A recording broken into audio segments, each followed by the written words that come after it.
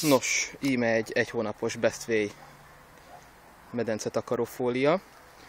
A gondok már az elején keletkeztek, amikor össze akartam húzni, és a fantasztikus anyag az itt szétszakadt.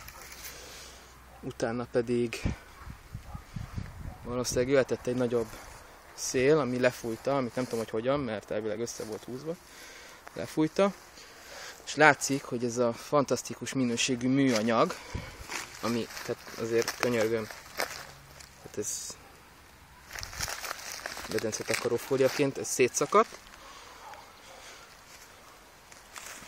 Már a színén is látszik, hogy nagyon-nagyon vacak minőségű anyagból készült. Ez itt a tavalyi, ami szintén csak ugyan egy szezont bírt ki, de legalább kibírta a szezont. Itt ez a kötél szakadt el, ami nem bírta. Ja, igen, ez is itt az első probléma volt. Amikor a medencét letakartam, kicsit meg akartam húzni, ráigazítani, és az anyag az ennyit bírt, és itt szétszakadt.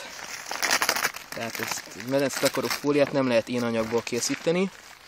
Mindezt 3500 forintért árulták a Bauhausba. Úgyhogy a Best Way takarófóliája az eléggé silány minőségű.